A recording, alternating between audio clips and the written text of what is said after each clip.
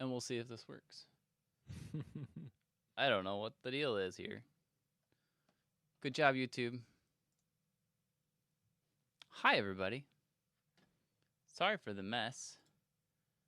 I don't know what's going on.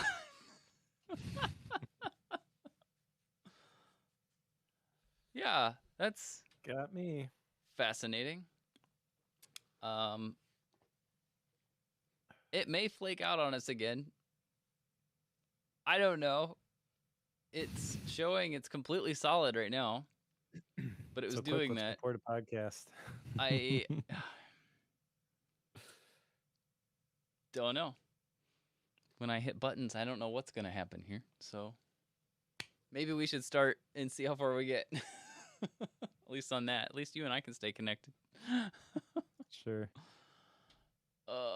Call Mike on the cell to finish. It's true. We may have to do that again. We'll see. That has happened. In the recent future. The recent future? Recent past. Recent past. There you go. Okay. That was fun. Shall we do this? Yes. I'm just going to quick empty the trash so my Mac Mini doesn't run out of space. But I think we're good. Is that a common occurrence?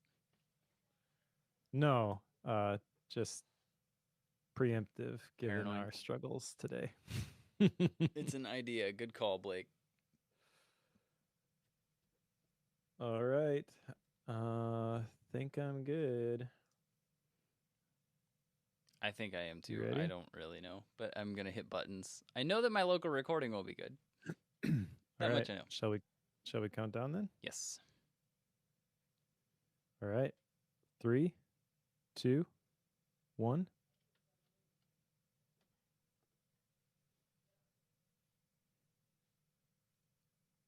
I got some new podcasting gear, Joe. Ooh, fun. Podcasting gear for the win, always. What is it? I have this microphone on an Elgato low-profile wave boom arm, which is really great because now I can just swing it out of the way like this. Nice work. I saw these things when they first came out. I've tried to keep up with Elgato, Corsair, all the fun things that they do, and I saw their boom arms, and they released a bunch of stuff. That was just one piece of what they released, and it looked super fascinating. I don't remember how much they are, but they look like they designed it really, really well. But that's standard for them, it seems. Well, this low-profile boom arm means it's basically like on top of the desk. It doesn't do the thing where it goes up and comes back down and sits on top of the keyboard and gets in the way when I try to type, which is really what I like about it. Yep. And I've had my eyes on one like this from OC White, which has been like $350, and I could never justify spending that much money. This one was $100, and it's solid. I love it. I also got a HomeKit enabled surge protector, which the LEDs behind me are going to be linked to. It's coming today. Okay. And that I'm going to program into the Stream Deck so that I can. Right now, I have to use the remote to turn those on, but I will be able to use my Elgato Stream Deck shortly to turn on the LEDs behind me as well. Nice work. I've been trying to figure out how to get into a detached garage without having to have a remote or a key. So we'll see. We'll see. That's what you do when you have a week off. You play with your office setup, which is perfectly fine, and try to make it better. It's like, my office is amazing. I think it's really great. It's set up perfect. What can I change? Exactly. I'm not leaving it unlocked, Blake. I'm not doing that. There's too much like woodworking gear and cars and vehicles and stuff in there. Nope. I also, over the last week of my sabbatical, got the results back from my DNA test. And where are you from? Primarily France, apparently. What? I would not have guessed you were French, mostly? That's okay. Like 69% or something like that. What? But the annoying part about the 23andMe test that I did was it gives you the ancestry report, but it doesn't actually fill in the people. It has like a projected ancestry tree based off of other people who have accounts. Okay. But it really doesn't give you the family tree, like these are your relatives based on your DNA, like I thought maybe it would. They do have a premium subscription, $30 a year, to get additional reports. So maybe that stuff is added there. But this has been a follow-up item for me for a couple of episodes now because I bought the test and then I sent it in and I was waiting on my results. So my results came back a little bit early. I was super excited to get them. And in the 23andMe app, you can go navigate through the different reports and things, and they analyze your DNA. So, like, do you have the variants that are predisposed to late onset Alzheimer's or whatever, which I do not have those. But other than that, there really wasn't a whole lot of insight I got from these reports. I'm debating whether I want to sign up for the subscription just to see if there's something else cool to be gleaned there, but I kind of resent the fact that I would have to do that. So I spent $100 on the test. Just give me something useful. A lot of it Give me is the like, you results. probably don't have a tendency towards overeating, or you probably don't have a fear of heights based on your results, which is not what I was expecting Sure. at all. Sure.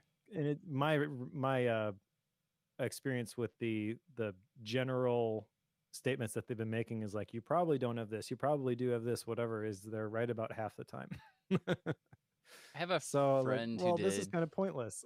Yeah, I have a friend who did the full test and then did do the subscription, and they send her occasionally new results, like, this is more accurate now because we've figured out how to do this now that we have enough data. And because so many people are taking the test, she can learn more about her own, but it takes, the extra $30 a year to be able to get that. So I get why they do. When you first said there's a subscription, it's like, wait, what? How do you get a subscription on a one-time test? But then it occurred to me, like, oh yeah, they do the repeating data thing where you can get more later on. So it makes sense, I suppose. I suppose. How many subscriptions Kind of can we disappointed by that do? one though. That you would need Yeah, I'm a not. subscription to get that? Yeah, I'm not a. I don't know. I mean, I knew there was a premium report available. I did not know it was a subscription, and I was a little disappointed by the level of insight I got from the standard one. That's all. Sure. I was expecting a little bit more, but Give me more for oh my well. money. I've got 2 other action items here to follow up with. One Yeah. is to walk around my house every day. For the most part, I have done this while at my house. I have done this. Yeah. And this had nothing to do with the book. This was simply something that you had said in the Yep. last episode. So Did you notice anything thanks, Joe. that changed as you did that? Did it point anything out, or is it just, oh, there's still a gutter on the house? Oh, there's It still a pointed gutter out on the that house. I need to do a better job of weeding. Sure. Sure. There's like this part of the house which is way in the back corner. No one ever goes over there, and there's a bunch of weeds in the rock bed which annoy me. So I've been pulling them. Nice. Nice. Well, there you go. It's at least helped you maintain your garden. Your yard? Yard? Better. There My you go. rocks. Your rocks, yeah. You have clean rocks. Exactly. Part of it is there was like a barrier thing. It's just like rocks around the side of the house. There really isn't any plants back there at all. But the barrier has long since decayed, so there really isn't one at this point. And yeah, I don't like weeding. That's what I've discovered. I don't either. I'm good with trimmers and mowers and power equipment that make weeds go away. Also sprays. Sprays make weed goes away. Yes, that is true. The other action item I had was write down everything I'm unhappy with. I did not write down everything I'm unhappy with. I did write down a few things I'm unhappy with. When I was reading this beforehand, like just kind of going through the outline so I could prep for today, I read this one, write down everything I'm unhappy with. And it occurred to me, I wonder if that's possible. Like, is that even doable to actually write everything you're unhappy with? Because there's always something you can discover more. Probably not, and that's kind of why I aborted this one. There's a couple specific things that I've just been mulling over is like, well, how do I change this specific thing? And then I just was looking for more things and I realized this is really unhealthy because it's just making me angry about how bad things are. Yeah. And they're really not that bad. Yep. That's just where I'm choosing to focus for the sake of an action item. Why am Right. I doing this? Yep. I have to say, when you told me you were gonna shoot for this, it's like I feel like this is gonna the day that he chooses to do this is gonna be a bad day. Like it, whether you started Yeah. out that way or not, it's gonna end up that way. Like that's what went through my Yeah, brain. that's accurate. So sorry, Brown East, I tried, but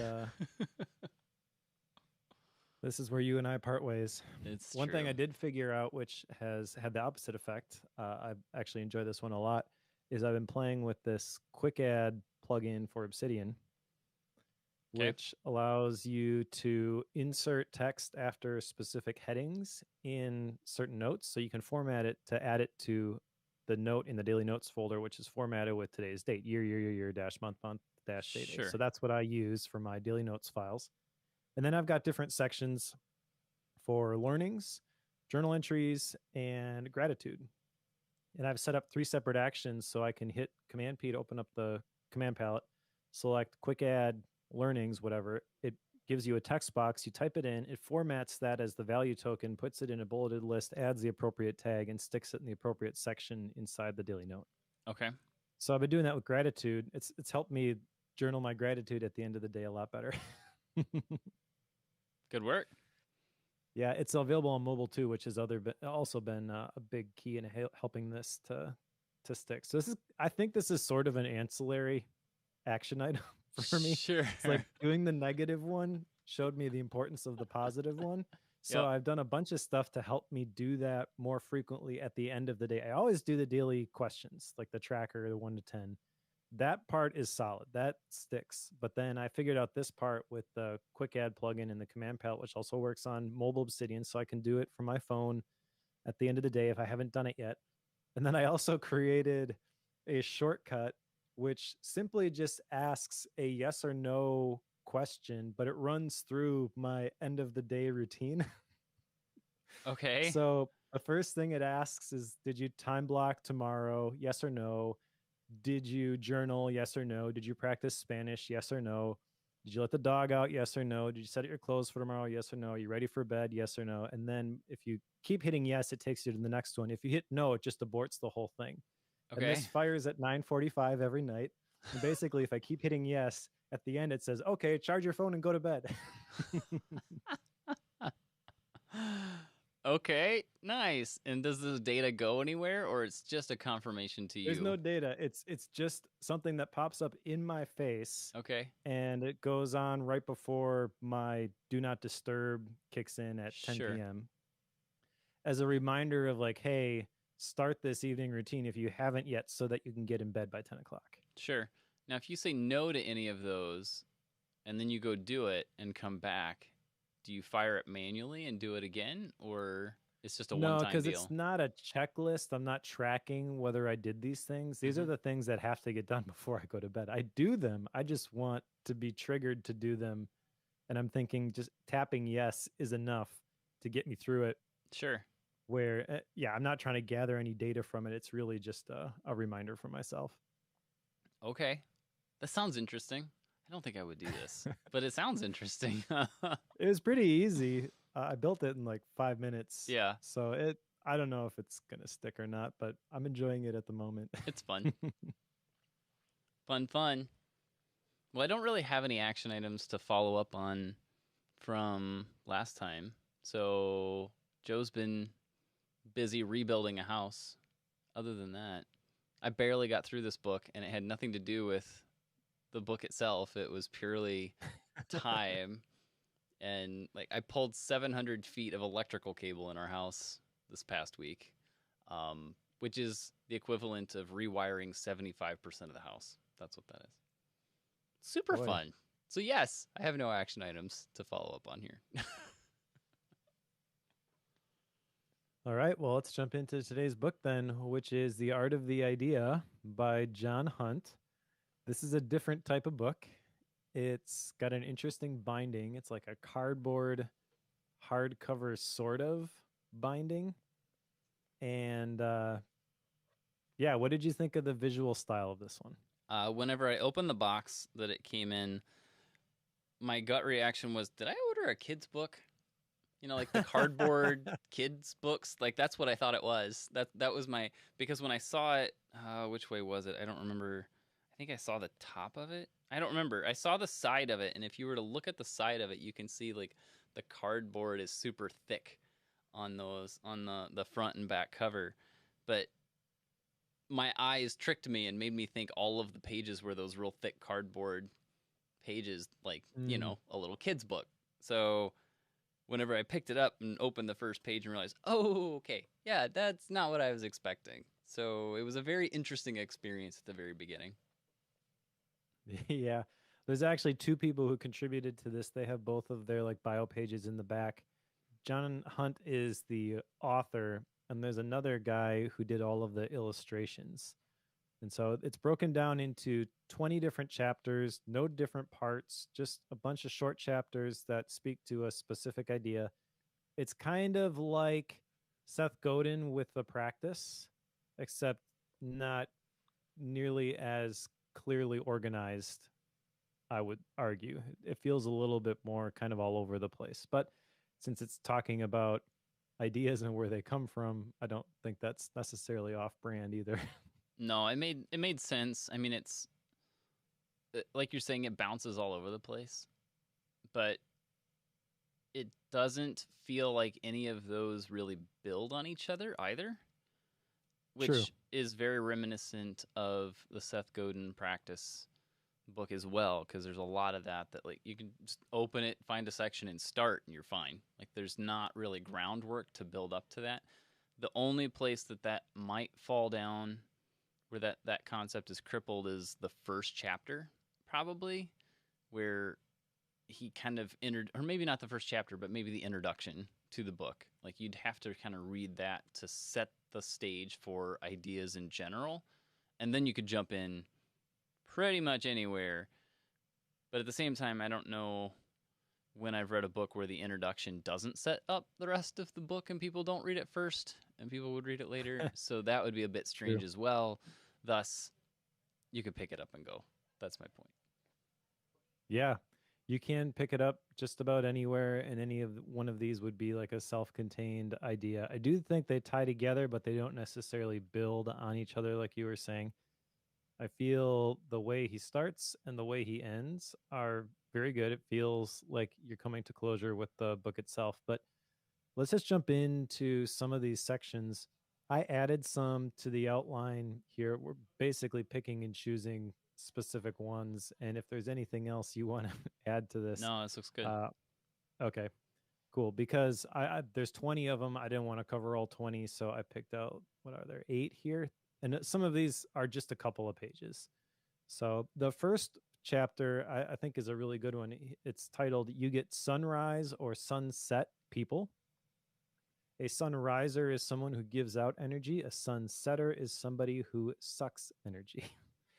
And I really like that definition. I'd not heard it put that way before, but I can totally see people in my life who fit those different categories. And I it sounds kind of bad to do this, but I'm also the guy who did the action item of ranking every relationship in my life from minus minus to plus plus plus. So I'm all about this idea. Yeah, I could see that. When I first saw the chapter title, my brain made the connection of people who get up early in the morning and have ideas and people who have ideas before they go to bed. That's where I thought he was going to go with it, and then it was not that at all. That wasn't even touched here, but that's where I was going with it. But sunrise and sunset people, I think that's a really cool way to say that. Basically, it's, are the ideas and the energy side of it starting the conversation, or are they ending the conversation, as far as like social conversation, I guess, in general. But the hope is you'd be a sunrise person, not an energy sucker. Don't be an That energy would be sucker. the that would be the hope, correct? Uh, so I am familiar with this concept. Again, this comes back to emotional intelligence. Surprise, surprise. I just posted in the YouTube chat. We'll put it in the show notes as well. There's an article that I've been familiar with for a long time by Michael Hyatt called "Don't Hire People Unless the Batteries Are Included." And he's talking about this from a corporate perspective where you want to hire people who have their own energy source, which he calls those with batteries.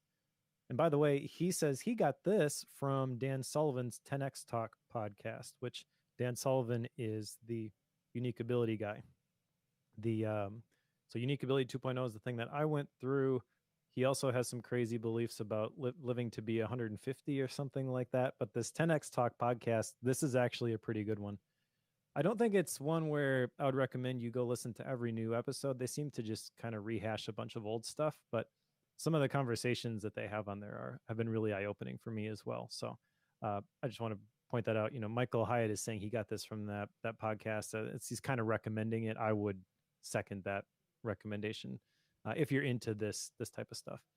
But the article is basically saying there are people that have their own batteries. They bring life to any work group that they're a part of. And then there are those that just suck the life out of every group that they're a part of. They enjoy and create drama. They gossip and backbite. They complain about everything. They need constant supervision. They won't accept responsibility, and yeah, your mind will instantly start labeling some people that you work with, I'm sure, that fit into those categories or have in the past anyways. I think there's a little bit of danger here in just kind of looking for people that you don't necessarily click with, because some of this I think is personality driven too. That's where like the Colby assessment can come in. I may have a very different learning style or working style as a high fact finder that somebody who is a high quick start, and that is naturally going to cause some friction as well. But I do think that this analogy, you can say this a bunch of different ways, and there is a lot of truth to this. Don't be the person that nobody wants to work with, because you just make things harder. I couldn't help but see how this was connected to like growth mindset.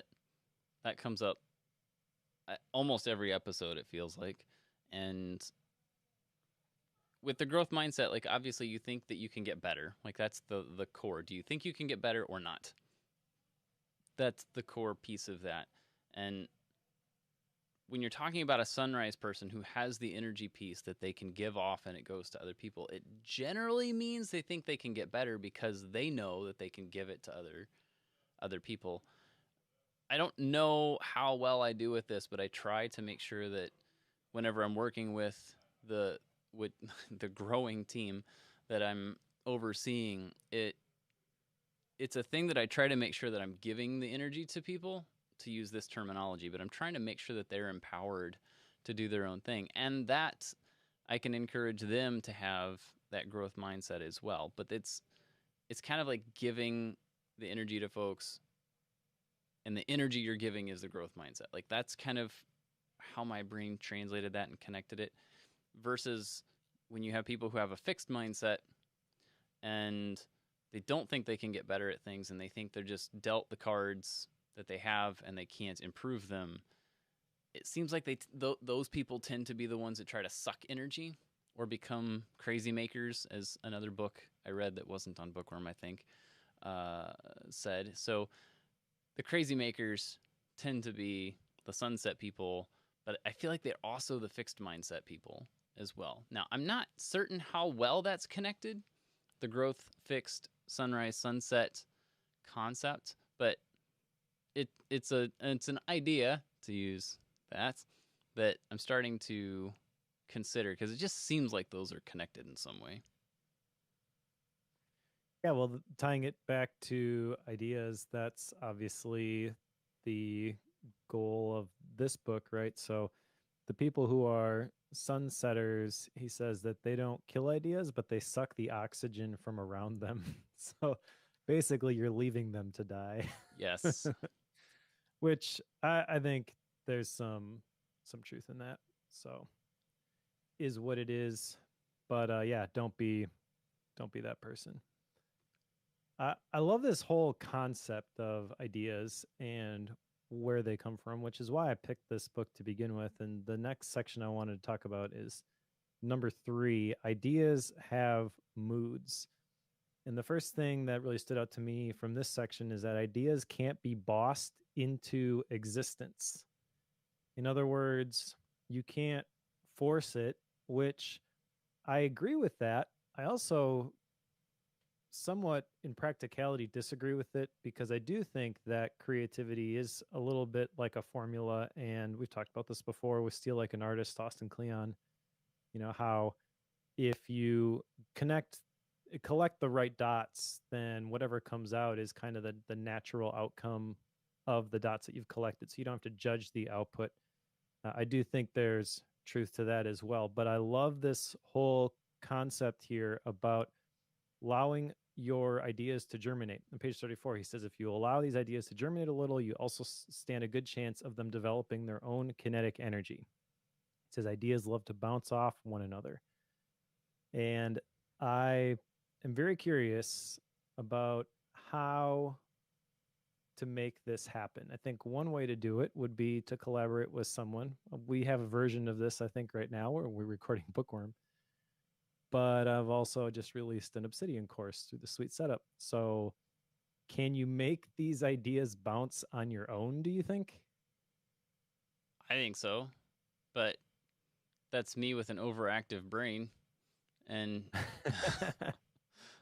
I I know that for me, whenever I need to stretch beyond where I'm currently at, I consume things I don't normally consume mentally, meaning watching intellectual YouTube videos from somebody I haven't watched them from before, or picking up a book that has a belief system that isn't my own or is outside of what I would consider fact, I guess, and combine that with silence in some form. That's my go-to methodology. Even house stuff, like whenever you're doing construction things, like you run into problems all the time. Like, you always find things or have to try to figure out how to make things work that you weren't planning on. And when I'm working with other people on those problems and we get to a point where I realize we're not coming up with an answer very quickly here, my default is let's go do something else and come back to it in, say, 30 minutes to an hour. Like, let's go do some other small thing, completely unrelated, and come back to it. Whether that's going for a walk, taking the dog out, hammering nails, whatever it is, trying to do something else. Like, that to me is the percolation method in order to get those ideas to bounce off of the new stuff that I've been capturing. Like, that's my go-to method. I don't know if that's what you're asking, but that seems to be, at least for me, my process. Sure. So you get them to bounce by mode switching, it sounds like. Yeah, that's a piece of it. Yeah, you have to mode switch for a certain amount of time and then give yourself the space from the area that you're trying to get an idea within. I agree with that. I think that's a very effective way to do it. I also have just been fascinated with this idea of note making inside of Obsidian.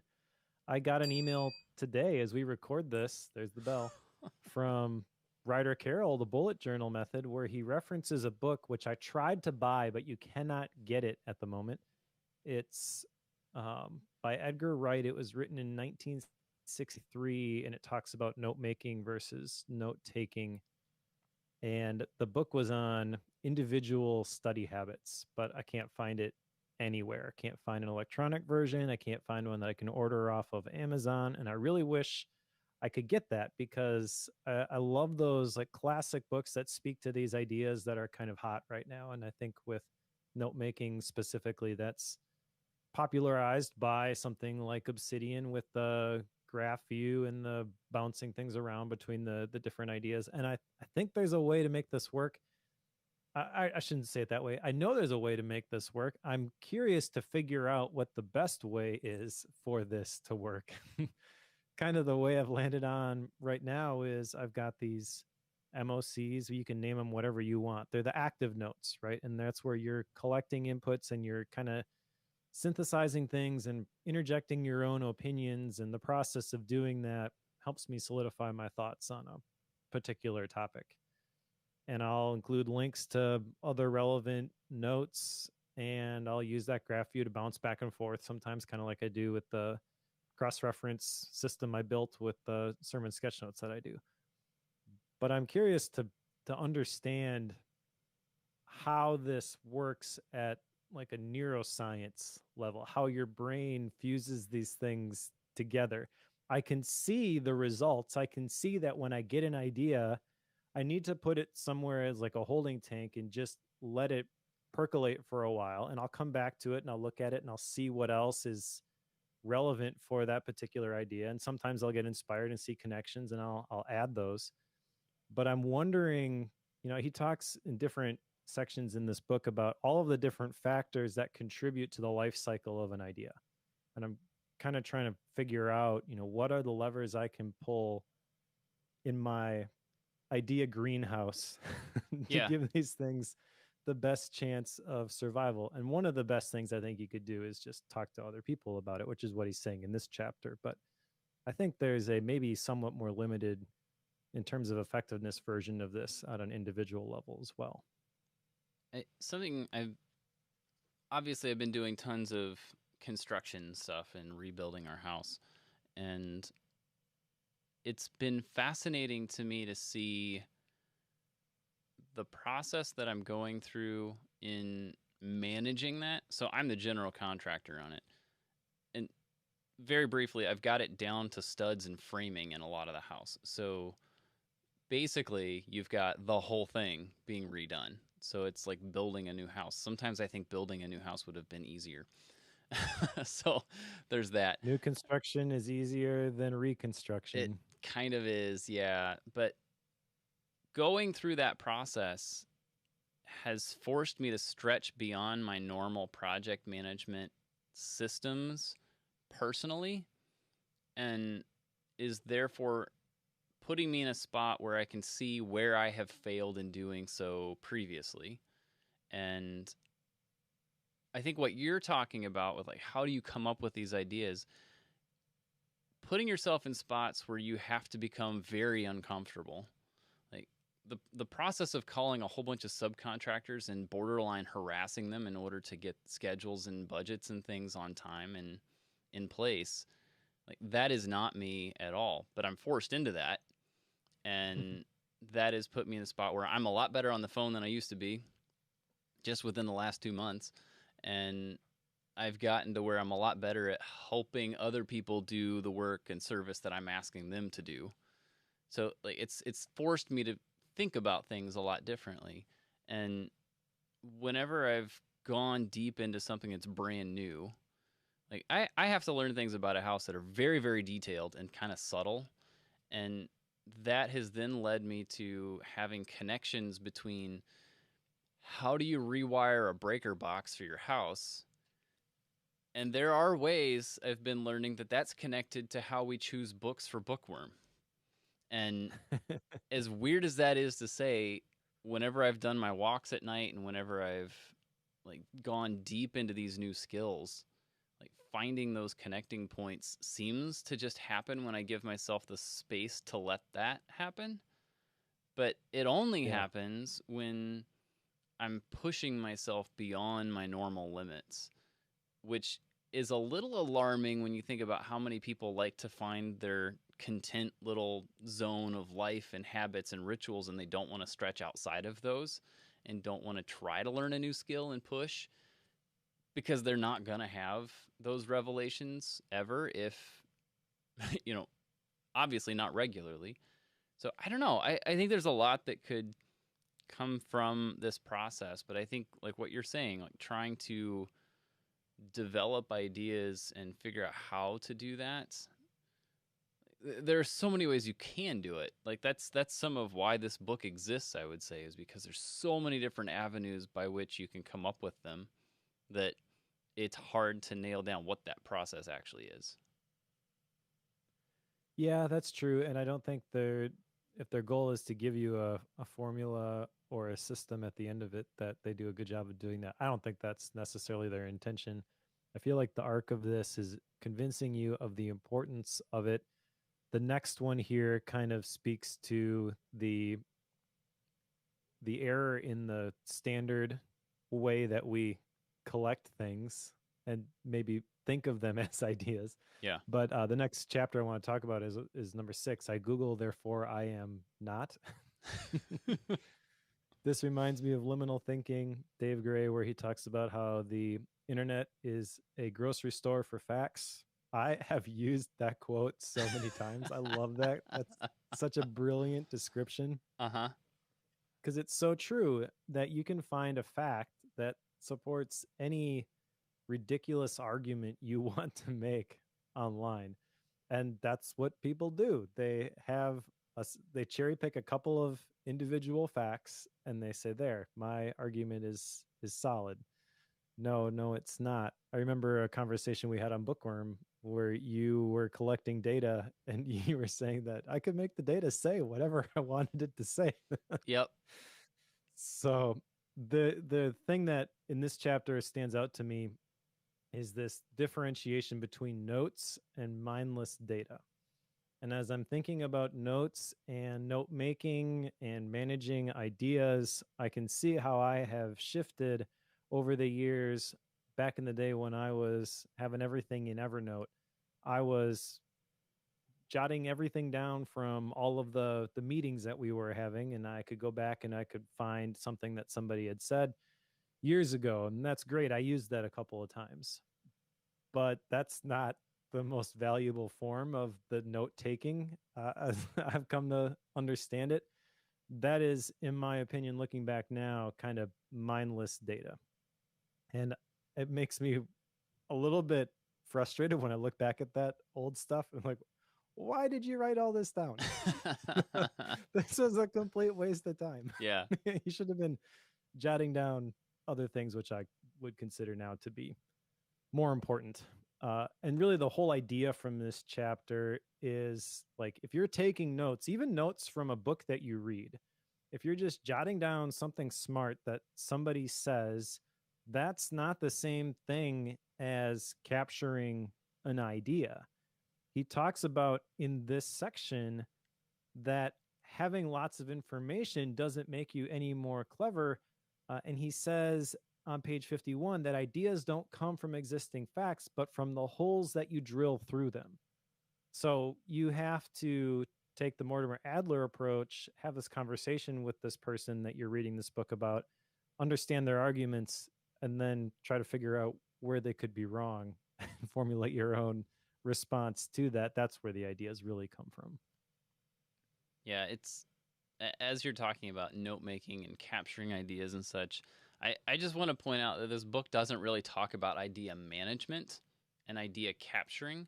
It's talking about idea generation, really. Like that's, I think, important because I was under the impression that I was going to get at least some direction about idea management, so much so that over the last week as I was reading this, I was maybe halfway through it or so.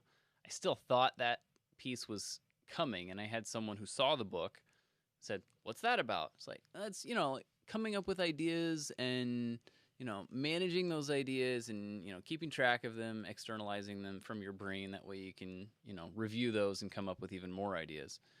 And their comment was idea management, like you capture those and write them all down and keep track of them. Like, yeah, that's the concept. He said, "Oh, I'm too busy acting on my ideas to do that."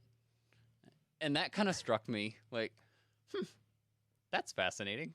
Well, okay, sure, I suppose. But I didn't get a chance to delve into that much deeper, and it was just kind of left there.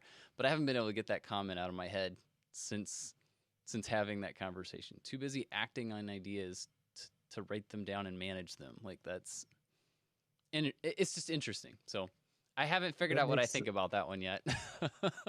Well, I can tell you, it makes me cringe. I'm sure. I'm sure. How, oh, man, what's your initial reaction to something like that? If it was from someone who was not regularly coming up with things and creating and being successful with new things, if it was from someone who just, worked a 9 to 5 and really didn't do anything outside of that, I probably would have just tossed it away.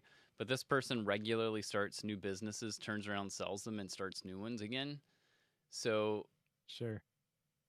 I don't know what to do with that because they seem to be a credible person with this idea. Mm-hmm. So I don't know, Mike. I mean, I write a lot of things down, like ideas, obviously. I can't say that I review them regularly, nowhere near as regularly as you do.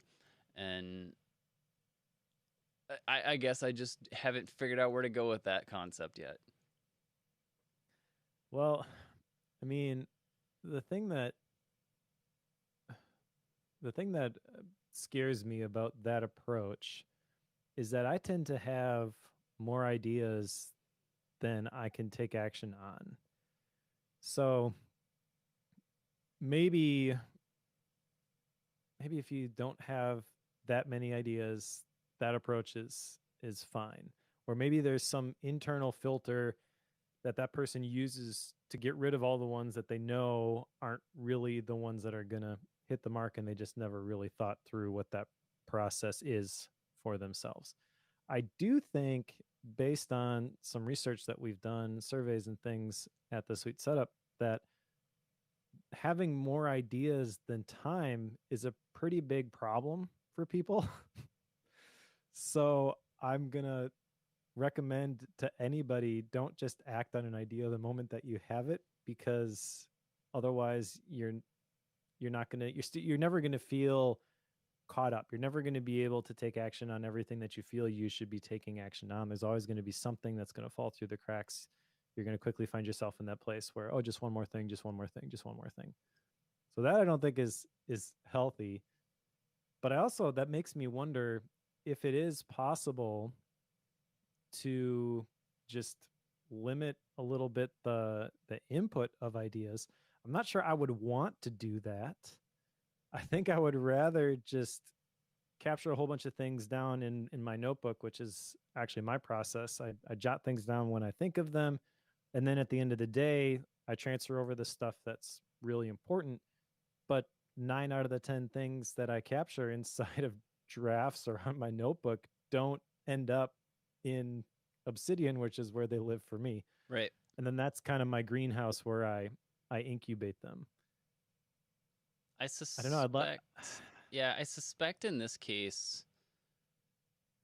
Now I know this person, and I know that he regularly, like, he's one of these people that whenever he's acting on something, it's his entire life that goes into it. And then when it's ready to be sold, he sells it and he's immediately on to the next thing. My suspicion is kind of like what Blake and Martin are talking about in the chat, is like the concept of triaging and choosing what to act on. I suspect that he's insanely good at that and knows that he's going to have thousands of ideas, but can tell when the one that, like, can tell when he needs to act on one that comes up. Like, he knows which one to move on next immediately. Like, he's just incredibly good at making that decision. I don't think I'm that good at that, and I'm also not, like, the two things going on there is he's really good at choosing, but he's also really good at focus. So he's got those two things happening. I feel like I'm decent at choosing and terrible at focus. So that process doesn't work for me now that I'm processing this out loud. So I would suspect that this is a bad thing for most because they don't have those two. Most people don't have both of those going for them. That's, I think, my point. Sure. Maybe the size of the idea filters in here too. I mean, that kind of gets into the next section. Number 8 is incremental change is fine if you're a glacier, which I picked this one specifically because I think it flies in the face of some of the habit stuff that we've read. He didn't actually say this in the book, but kind of my reconciliation of this with atomic habits, tiny habits, all that kind of stuff is that your ideas should be big, but your actions should be small. Again, that doesn't fit exactly with the the guy who's building and selling businesses that you were just talking about. Yeah. Although maybe it does. Maybe what I would define as a big idea is really a small idea to that person because they've done it so many times. I don't know. I suppose size is relative here when you're talking about ideas, but I'm curious what you think about this. You know, thinking big but acting small. I feel like this is the only path forward for me. Yeah. I think there's two things. The relative piece is absolutely true because like I've consulted with churches on how to do a technology infrastructure in their church, whether that's networking or audio, video, doesn't matter. Take your pick. Um, but whenever I've consulted with them, I'm always asking two things: what's your budget, and how many people are coming here? Because those two dictate what scale we're talking about. Because the scale that I operate on here at our church is much, much larger than most churches out there. And I go to churches who are much bigger than us to learn where my next steps are. So if you're asking me to help design the technology, call it the video structure for your church, those are going to be my questions. What's your budget and how much are we talking about? Because the idea that I'm going to put together for you could either be 14 cameras and like 3 video switchers and a 10 computer setup, or it could be 1 computer and 1 camera. Like the scale of that idea that we're going to put together is going to be drastically different depending on the situation. So I think that relativity piece there is important. But I also am intrigued by this concept of like big ideas and small actions because I feel like some ideas require massive action to even start. And Sounds very Grant Cardone-ish, it but yes. does. Yeah. And Richard Branson and like all sorts of like, you want to start an airline company? Sure. Just buy a $10,000 plane ticket. Like, that's not a small thing. Like, sure. But that's, I think maybe it was more than that.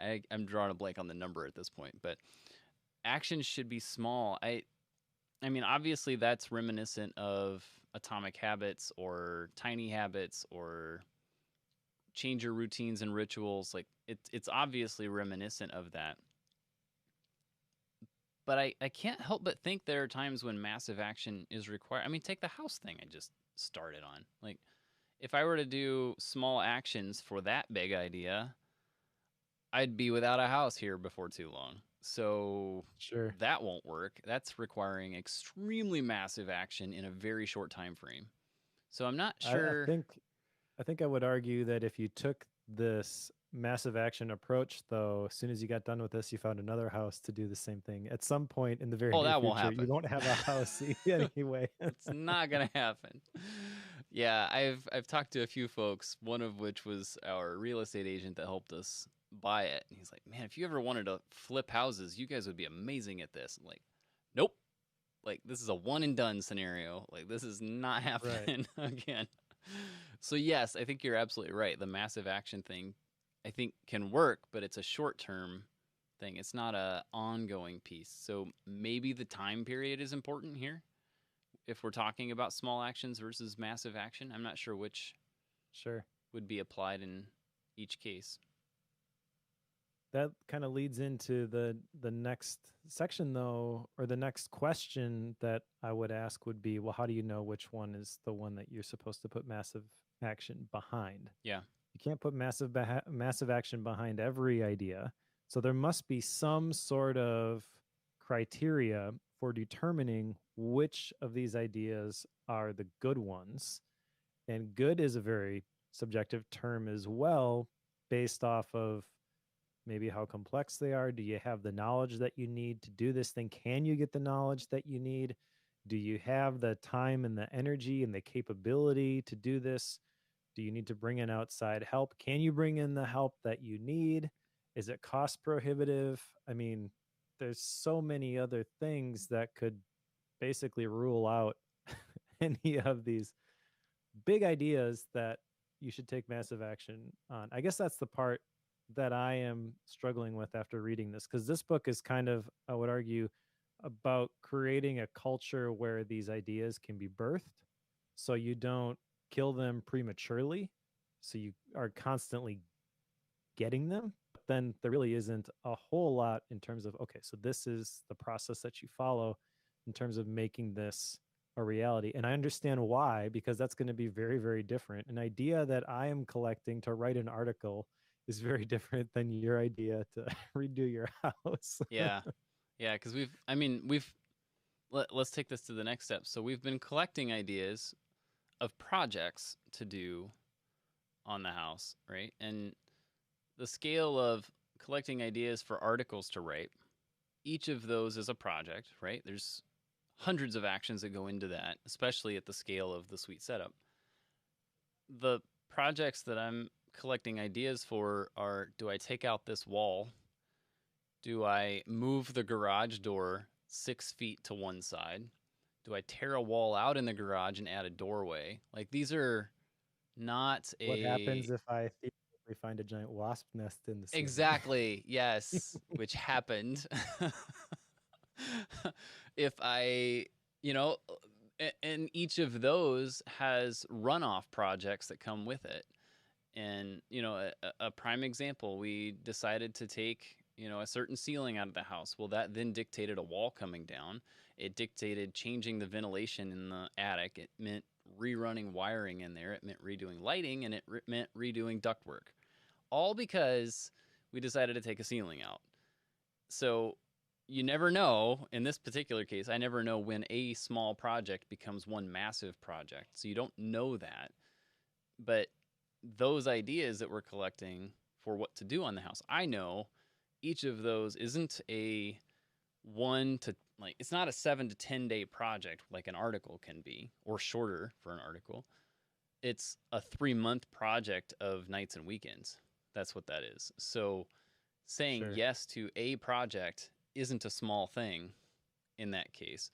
But if I was collecting ideas for books to read, like we've talked about on Bookworm, because we run through books so fast, the decision factor, like how important that decision is on what book we're going to do next, is very, very small, because we know we're Mm-hmm. only going to spend 2 weeks with it. Now, if it was a 2 year process and we were going to dissect every sentence of the entire book, that would be a much bigger decision. We would spend a lot more time on it, and it would be a much more involved process. So deciding on those ideas but that's like a whole nother topic. It's not even covered in this, like how deciding Yeah, which ones to act on. It's just coming up with them. this is like the first part of a series. It's so true, so true. Or could be a potential series. Yeah, and the I deciding what to write on. I mean, it's not always just like small stakes. What article am I going to publish? I think a bigger version of this, but still very much in that format for me, would be the decision to create the Obsidian course, because for a long time I was messing around with Rome, and then I started playing around with Obsidian, and then I saw some things happen in the app eco space, whatever. And I was like, I think Obsidian's going to be a big thing for a long time. If we built a course right now, we could be Evernote essentials for Obsidian. And I use that as an example just because I've met Brett Kelly, and I know how he wrote that one book, and then it kind of catapulted him and set him on a whole, totally different career trajectory, because it was the right thing at the right time. So I had a feeling like Obsidian is the thing we should be focusing on right now, but I really didn't know that. And I want to know, like, what are the things that contributed to that hunch, basically? Can I quantify that? If I could create an idea scorecard to rate my ideas as I have them, what would be on there? And I honestly don't know. I was hoping to get a little bit of clarity at the end of this book, but that I don't think really happened. This particular section on incremental change being fine if you're a glacier, the big inspiration for me from this is just to think a little bit bigger. I think I tend to focus on things that I can see clearly in the horizon, but a big idea you really don't know. It's out there a ways. And so I think I tend to gravitate towards what is safe and knowable. So I don't have an action item associated with that. Actually, I don't think I have any action items for this entire book. Yeah, I don't either, but I think what you're saying makes sense because like we tend to try to come up with, like you're saying, coming up with bigger ideas. We tend to try to come up with ideas for, bookworm books or ideas for, video courses and et cetera, et cetera. But those are all ideas designed to fill time that were already devoted to doing that type of task. Mm-hmm. And I think there's a big difference between coming up with ideas for an already dedicated time slot and coming up with ideas that require a lifestyle change and dictate a change in time priorities. So whenever you're trying to come up with big ideas like that, generally, at least the way I started to think about this, was designed to help you think about how would your life change if you were to have an idea that would then change other people's lives. Like those are the ideas I think that he's encouraging us to try to develop, the ones that would require a change of not only how I live, but the people around me and the people that I'm connected to.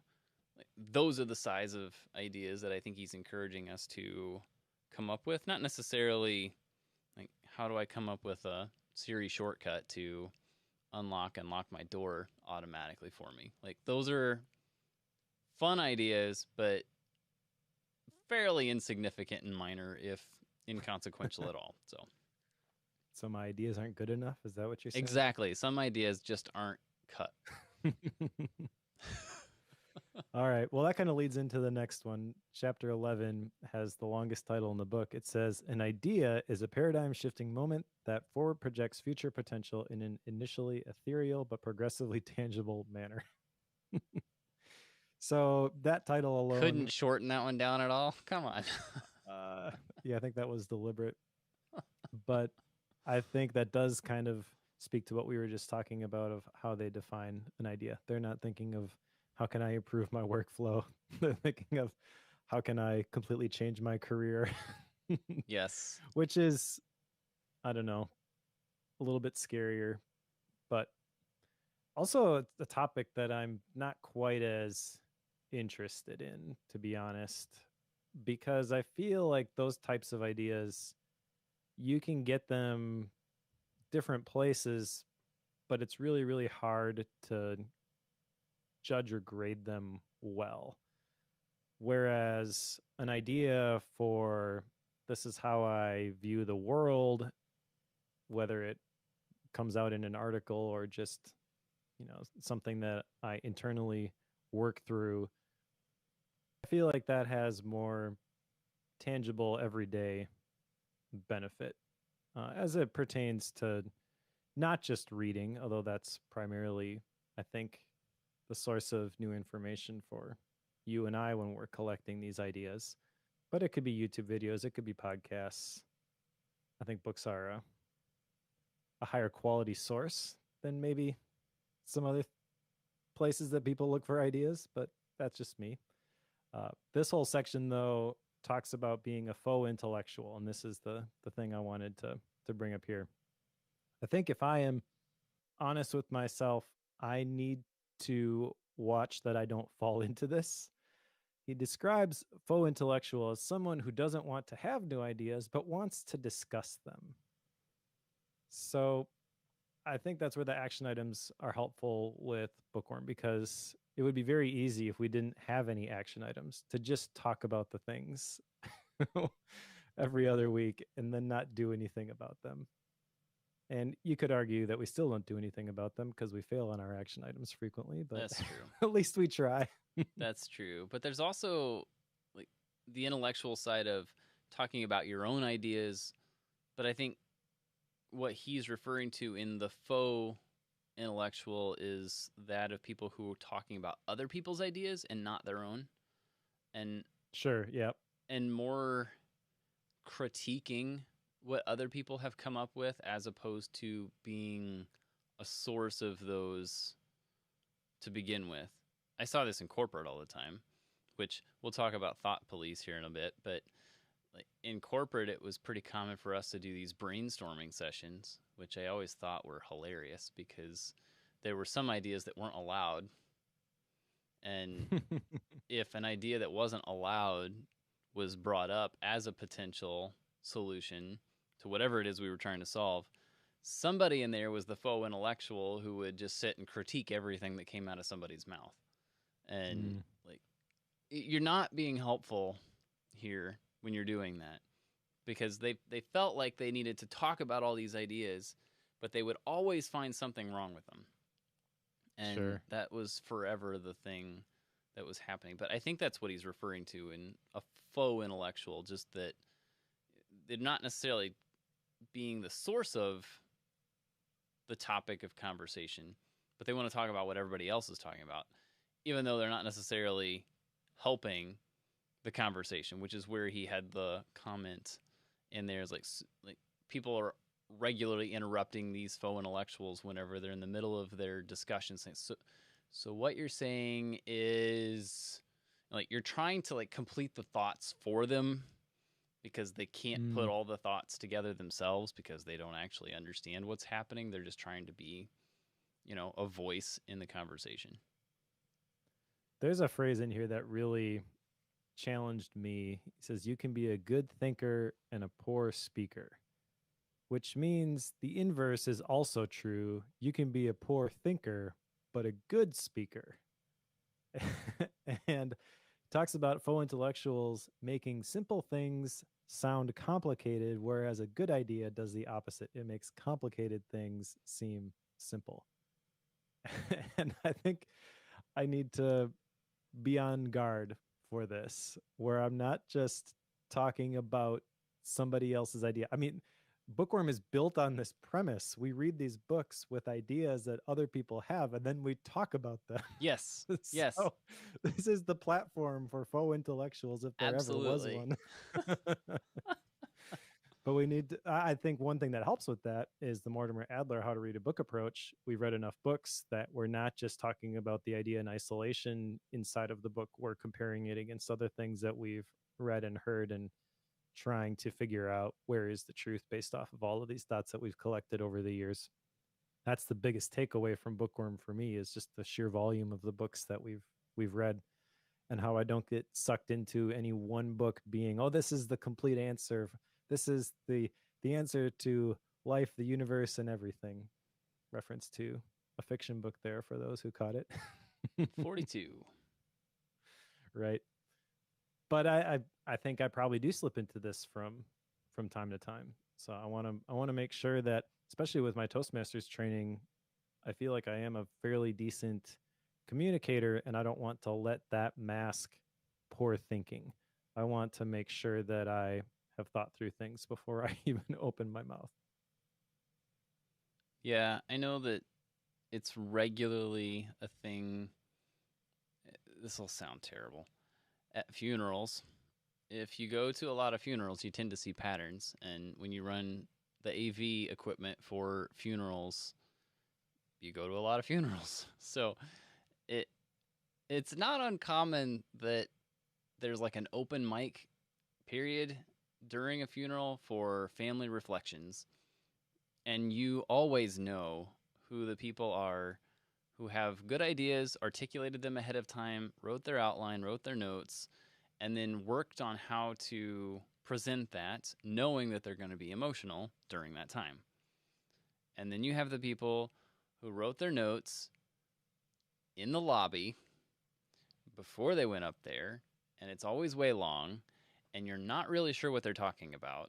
And sometimes you're wondering if they're talking about the deceased or not, and it's just not connected at all. So you absolutely can be a good speaker with good ideas, but you can also be a good speaker with bad ideas, or have good ideas and be a bad speaker. Like, you can be any of those, but when you see people Or be a poor speaker and a poor thinker and just go up to the microphone because everybody else is. correct, and that's the worst.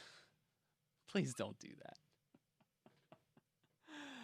Oh, those are fun. Those are super fun. Yes. Don't do that. Right. Well, that's all I want to talk about with that one. Let's move on to the next one because you mentioned it. Number 13 is think about the thought police. And the thought police basically view change as disrespectful. I like that term, disrespectful. If I'm honest with myself, I can locate specific points where I have viewed change as unnecessary and disrespectful, especially when it's instigated from someplace that you don't expect it to come from. And I'm curious, he mentions in here that when a group elevates conventional wisdom, it's hard to get a new idea past them. In that instance, they are acting as the thought police. So where do you let conventional wisdom win, and where have you caught yourself acting as the thought police? I'm not sure where I've done that. I'm usually the one inflicting change, so I don't know where I sit in on this. Um, like, like the question you put in the outline, what areas do you let conventional wisdom win? I think, like in my case, I tend to let conventional wisdom win when it's a known, and I don't have time to figure out what an alternative is. Like, Sure. there's a lot of time involved in that. Like, if I have infinite time, I will, if I don't want to go with conventional wisdom and I have all the time in the world, I will agonize over finding the loophole in the puzzle to try to work my way around it. Like, I will find the solution somewhere, somehow. I will find it, and like that's me. But I also know, like, being the one who inflicts the change, like, I know that it's a process that I have to go through to help people accept that change, because conventional wisdom is being challenged and I'm about to remove it from their lives in whatever area it is, like whether it's email or calendaring or chat systems, who knows. But that's me. So I don't know. I don't know how I fit in on this. I'm generally one that likes change, so I don't feel like I fight it very often. I don't know. This one I don't have answers on this one. Okay. Well, I think for me, I when I engage with a group, I try to very quickly figure out what all of the norms are.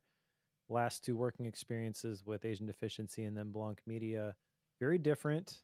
There's strengths and weaknesses with each of the approaches. I know it's going to be different going from one to the other. So I go into it just trying to like feel out what are the rules that everybody's playing by here. Once I figure out what those rules are, I don't like those rules to be challenged. So when someone new comes in and says, "Hey, we should do this," my initial reaction is, "No, no, no, no. The culture is this. Like, just don't fight it. Just swim this direction." you know. And so I think that's a spot where I could do a better job of not defaulting to conventional wisdom. Conventional meaning this is the culture of the organization and just the way things are. Usually when I come into a situation, I am fairly eager to try to make some changes. If I see something that I consider like this is a problem, or there's a better way to do this, I'll float those ideas and I'll kind of see how they're received and see what happens with those. But what I absolutely can't stand personally for some reason is someone to say, "Oh yeah, that's a great idea. Let's do that." And then nothing happens. To me, that's worse than a personal insult. I don't know why I get so upset with that, but I really do. It's like, let's just let our yes be yes, our no be no. If you really don't like this idea, that's fine. I can take that. I'll play by your rules, but don't tell me we're going to do something and then not do that. To me, that's like lying to my face. It's like I, when I put it that way, this isn't consciously what's going on, but I think maybe I'm sort of judging the character of the person I'm interacting with when Sure. that happens. Which, again, this is my problem, not theirs. I need to get over this. I understand that, but this is how my brain works, and so Yeah. this is what I'm fighting against is my own internal thought police. Yep. Yeah. I know that we give David Allen a lot of grief in getting things done with GTD, but one of the tenets that I've loved and regularly hold up to is what's the next action. Like until you Yeah. define what that next action is, it's just an idea. Like you can't say it's a project that's in motion until you've defined that step. And every time I've had an idea and someone says, "Hey, that's great, we should do that," I make sure like the next sentence out of my mouth is an encouragement to figure out what the first step is to make that happen. And usually it's a question Sure. of, "Sure, that's great. So are you taking that? Are you going to make that phone call? Am I going to make that phone call? Who's got the lead on this? What's the next step and when should that be done?" Like those are the questions that I immediately jump to because I know if you don't, it's just gone. It just is. I've had this I don't know how many times. We've got a couple new members on our staff that say, I know things have been done this way a long time, but I think we should like, okay, great. If you think that's what should be done, I'm not saying I agree with you that that should be done because I'm like Mike in this case and saying, well, I know how the culture works here, so I don't think that's going to fly, but you're welcome to try. And whenever we go down that path, like, okay, if you think that's a great idea, here are the 4 people you need to talk to. You're welcome to do that at your leisure. I don't care because I don't see this like this is not something that resonates with me. So you're not going to get me fired up to help you in this case. At least not when your start time here at the office was 2 weeks ago. Like you're not going to get my support for some big culture change after you've been here for 2 weeks and don't understand how our current culture works. But here are the steps you need to take if you think that's the right path. And sometimes just defining what those next steps are is all it takes for them to realize that it's a much bigger deal than what they thought it was. I had this just earlier this morning. I had somebody in that we were walking around. There's an event coming up that they're going to run, and they had an idea that they wanted. It was completely different than what we normally do and involved, the sound system. It's like, it's fine. And it's like, I want to do this particular process, but it requires some timing. It's like, sure, that's great. We haven't done that before, but if you want to do that, here are the steps it would take to make that happen. And if you want to take all those steps, that's fine. We can go down that path, but you just need to know what you're asking. Like, I'm just going to spell out, here's what that means. Immediately, oh, it's not that, it's just a very minor detail. It's not worth all that. Like, okay, great. So we won't do that. So maybe that's just me. If I define what the process is to make something happen and it's not a simple thing, it goes away very quickly. I don't know how I got on that or where that was going, but I thought it was fun. I think there's some sort of balance to be struck there, though, because I think there is a possibility that the process could be simpler. And in a lot of instances, especially when you've done it this way for these many years, it's easy to just say, oh, this is hard and complicated. An outside perspective is the perfect one to say, hey, this is how this could be simpler. So I don't know. What I'm struggling with is balancing, this is everything that's going to be required based off of my experience to make this happen with the new person's optimism, like, oh, we could just do it like this. Maybe my initial reaction is to resist that and be like, no, probably not. Yeah. But I also don't want to be the wet blanket for every new idea. Yes. So yes. But there's also an I don't emotional know. side to this too. And and Mm-hmm. and, and like, okay, so take that example this morning. I know, like, if I spent some time, I could probably find a simpler way to make that happen, but I really don't want to. So my gut reaction is to explain how complex it is Sure. because I don't want to do it. But if it were my event and I wanted it to happen, I would find a way to make that simple. Like Yeah. there's that emotional side that's involved here. Now, in this case, I didn't know this person ahead of time, so I don't really have any back and forth with them. It's just one case. This happens all the time. I do this all the time. So It happens all the time, and I would argue you're on either end of this yes, all the time. yes, regularly, yeah. And there's a lot of cases where it's something I'm trying to get done, and I know that somebody just explained it to me in the most complicated way. But me knowing that that's what people do, I look for loopholes in what they just explained. Like, okay, Yeah. you said this and this, but that step right there could be shortcut, and then that other 2/3 you told me was super complex goes away.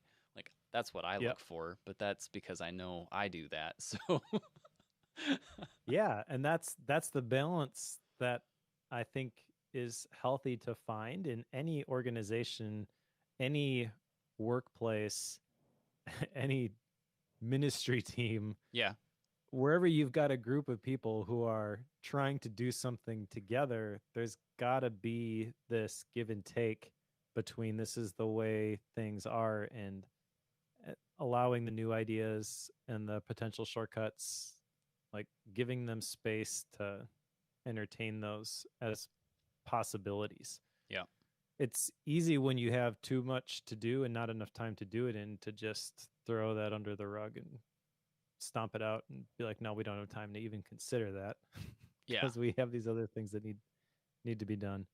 And I find myself being guilty of both ends of this. Uh, I've also been guilty of the one, well, we can just do this. Like it'll be simple. No, it's not that simple. What do you mean it's not that simple? Sure it is. Let's just do it. So That never happens. yeah. But that kind of leads into the next one here because number 14 it says this just in we're mortal. This talks about the lifespan of ideas. So when you're talking about being on either end of that spectrum, somebody floating an idea and you just coming back with a complicated process, this is the way we actually do things around here, or vice versa, you're floating this idea, someone says, no, it's too complicated, and you're trying to challenge that and make something a little bit simpler.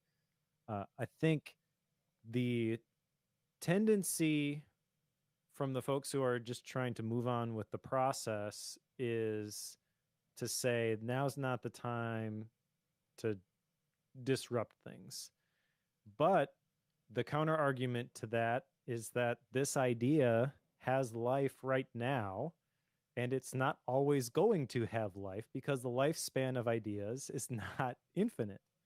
So I've also been thinking about this where timing factors into an idea and whether it is successful.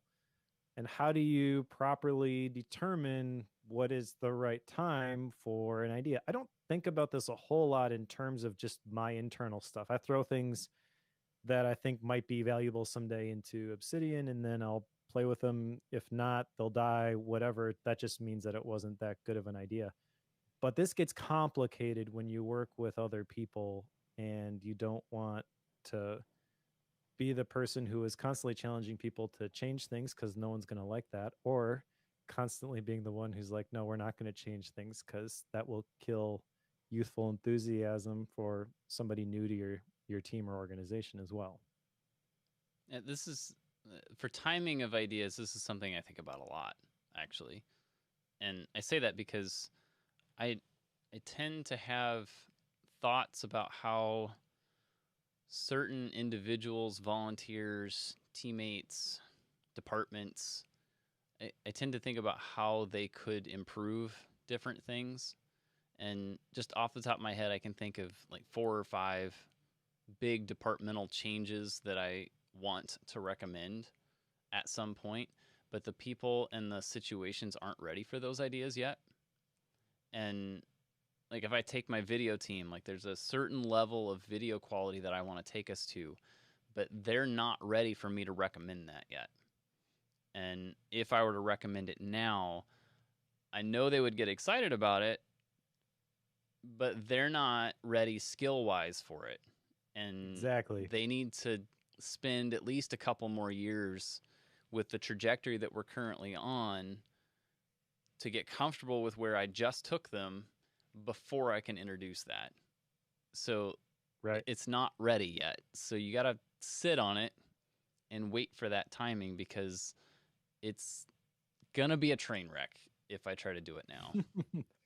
And that's the fascinating thing about this particular section, because sitting on it does not mean that you set it on the back burner until later. Mm-mm.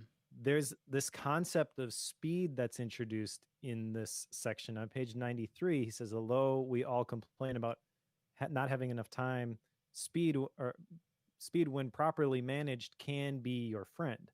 So, and he also says ideas respond well to a closed door and a deadline, implying that these ideas don't really gain traction until you've got some motivation to actually make them happen. So when you are incubating them, what you're trying to do is ride your bicycle very slowly and not fall over, Yes. while at the same time working out, doing bench press and curls on your upper body so that you While can you're moving actually, slowly. Yes. yeah. And this just seems, when I think about it that way, this seems really, really complicated. And it probably is overly complicated. It probably doesn't need to be that complicated. But I am fascinated by this whole concept because I really do believe that the right thing at the wrong time can be the wrong thing. And I don't know what the solution is, but this definitely helped me think about some different situations with some different teams that I'm involved with. And how do you determine the right time for an idea? Again, I don't necessarily have an answer to this, but this chapter, I think you could read it and it could do one of two things. One, it could kind of discourage you as an idea person, like, I got to take action on these ideas now, otherwise they're going to die. That there is some truth to that. You could also be on the other end of that and kind of recognize, like, when these ideas become presented to you, that you can't just shove them in a box and leave them till later. Every idea collection system I've seen in the different companies and organizations that I've been a part of, that has been the problem with those idea buckets, is people put stuff in there and then it never comes out. So we're trying some new things actually at Blanc Media and the Sweet Setup to try to take action on these ideas more quickly, because when you have them and you put them in there, like, that's usually when you have the best chance of it actually translating into something positive for the organization, I feel. And we've recognized that, you throw stuff in there and then 6 months later, if you revisit it, you forget sometimes what even you were talking about when you put it in there.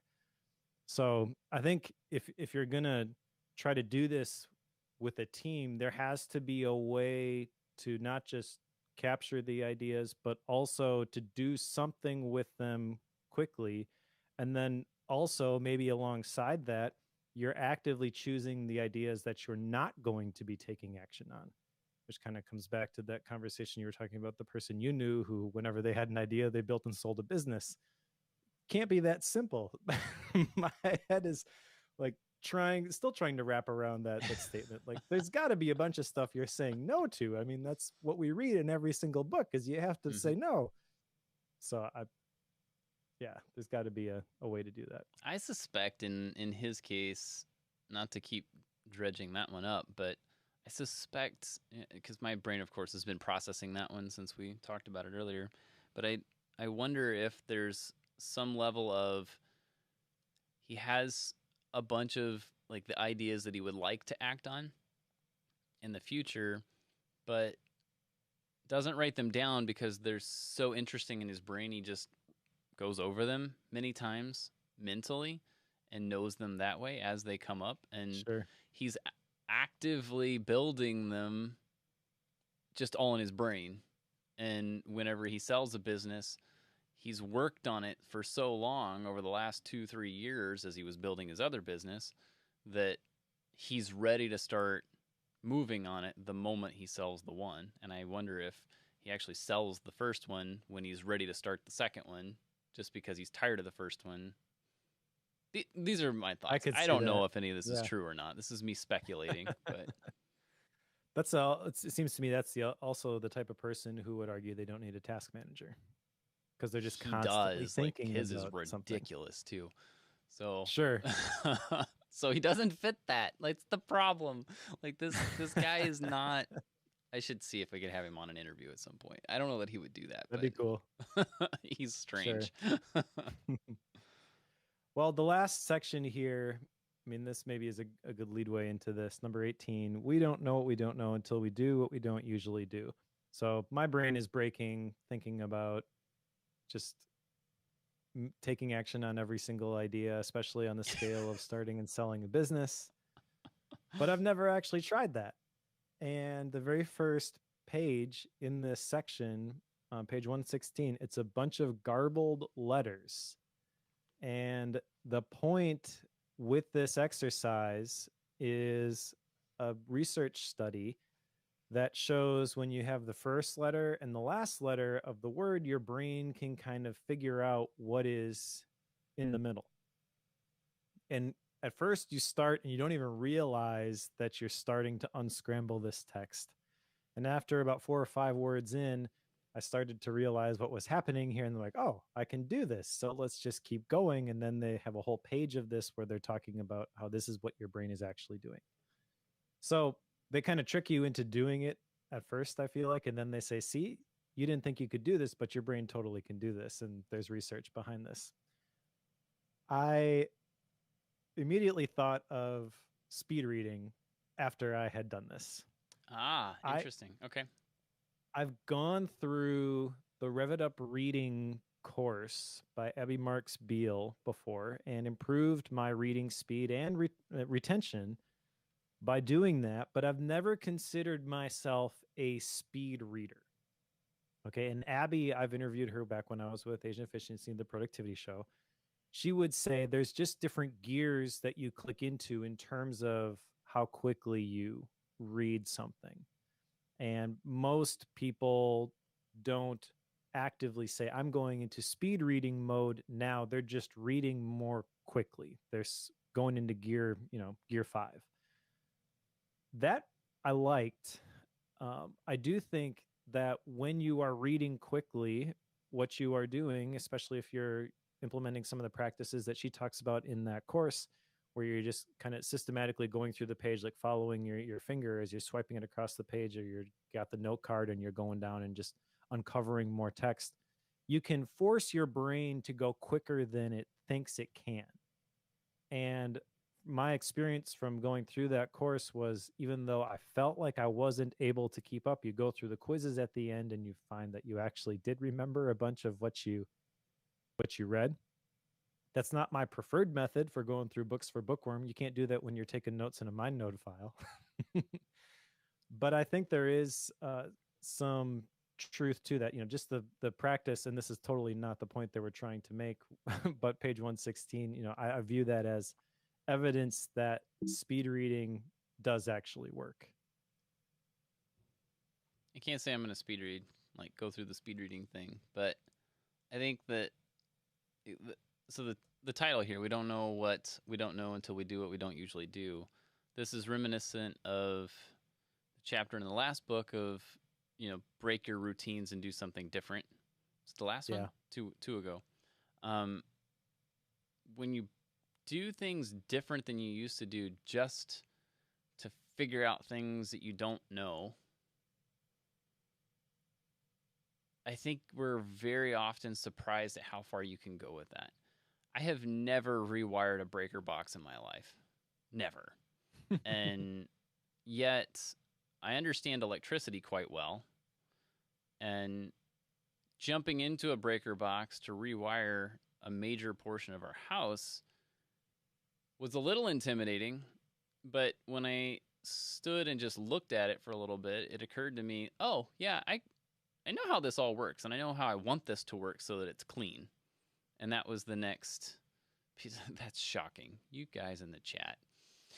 The the part that's always interesting is like when, and this goes back to what I was talking about earlier. When you push yourself past the point of comfort, when you go past that point, you start to realize just how much you're capable of, and it's usually a lot more than what you think you can do. And Yeah. despite the limits that we tend to put on ourselves, you can go really, really far. And I remember this specifically with our youngest daughter last summer. We took our girls hiking up into some mountains, and at the time, Hazel was 3, and had her up the mountain. The kid hiked up this, I think it was like a 4-mile trail up into the mountains, 3 years old, and then we're coming back down. Now, the way it was working coming back down, like there was a very specific path. Like you can, adults, we could just step down a rock. She's 3. Like the rock is bigger than she is. So you can't just step down when you're a 3-year-old. So what I told her, because she was losing her mind with mom. So mom was not the right person for this. So like, follow me, Hazel. Like you walk where my feet go. I will walk in a path that I know you can cover, and I will go where I know you can get down this mountain.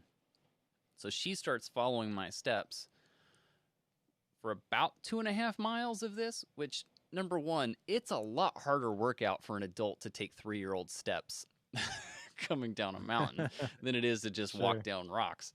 But she realized about halfway through that she could do this and that she could figure this out. And although she was following my path, every once in a while she would deviate from it because she saw a better way that I hadn't seen.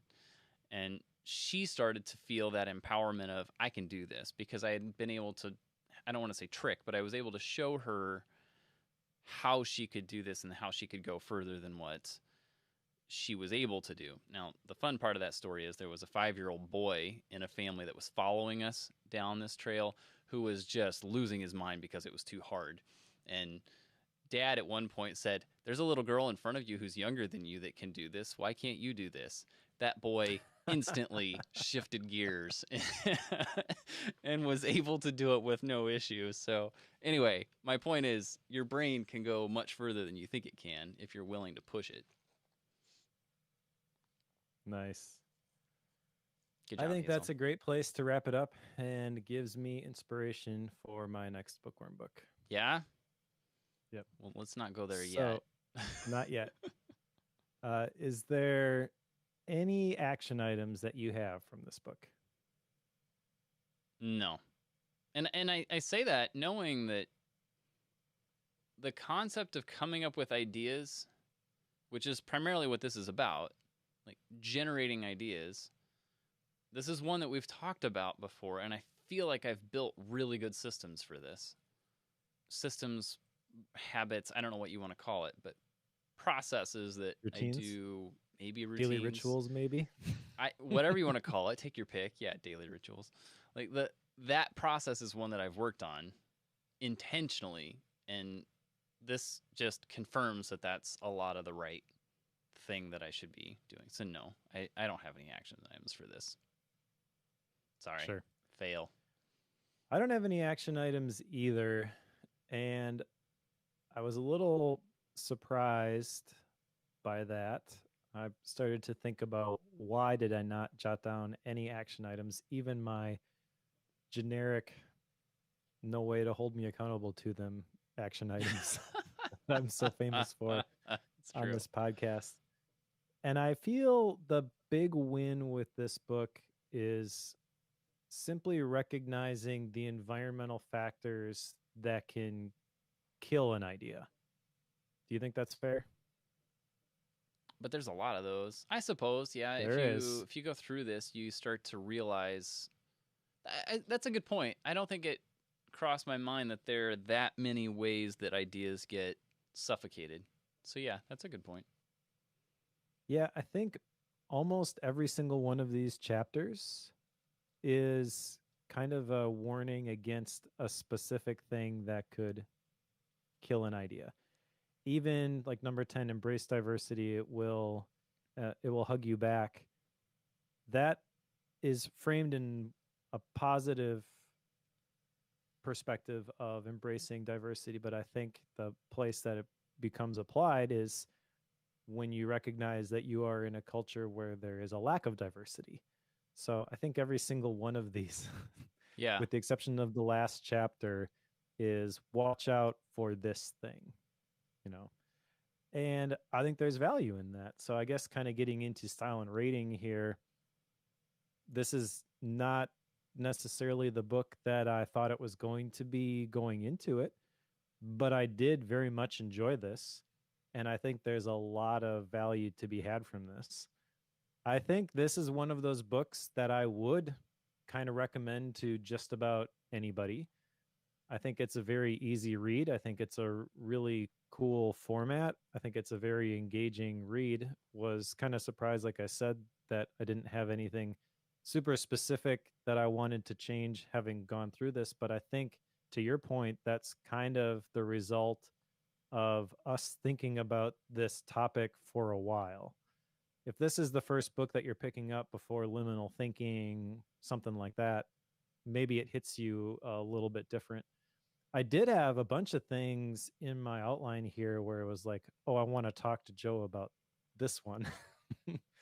So maybe those are the action items, is like we just talked through a bunch of these things in a podcast, and that was really all the action that was required there. But I do think that my perspective on some of this stuff has changed just from the result of this conversation. And I think there's a lot of good stuff in here. It's a very easy read. It doesn't take a ton of time to get through this one. I'm going to rate this at 4 stars because there wasn't anything in here that felt really life-changing to me. But I do think there's a lot of good stuff in here. And I think just about anybody can pick this up, go through it, and walk away from it with a bit of a perspective change. I think it would be very hard to go through this book and not be changed in some way. That's why I say, looking at all these chapters and kind of the warnings that they're sounding in these different areas, I feel even if you don't have any action items like you and I do, they paint pictures of scenarios that you can identify in your own life, and you can kind of put a flag in the ground for the next time I'm in this sort of situation, I might approach it a little bit differently. Even if you don't have or articulate that specific thought, I feel like your approach will be a little bit different just from having gone through this. So I think the style was really good. The art is interesting, not exactly my thing, but I do appreciate the originality of the design and the cardboard cover and all that. I feel like it works. It all kind of comes together. So yeah, 4.0 is where I'm landing on this one. And this is kind of weird because typically the books that I would blanket recommend to absolutely everybody tend to be the 5.0s. You got to read this. Yeah. This will change your world. This one is not that, but I feel has broad appeal.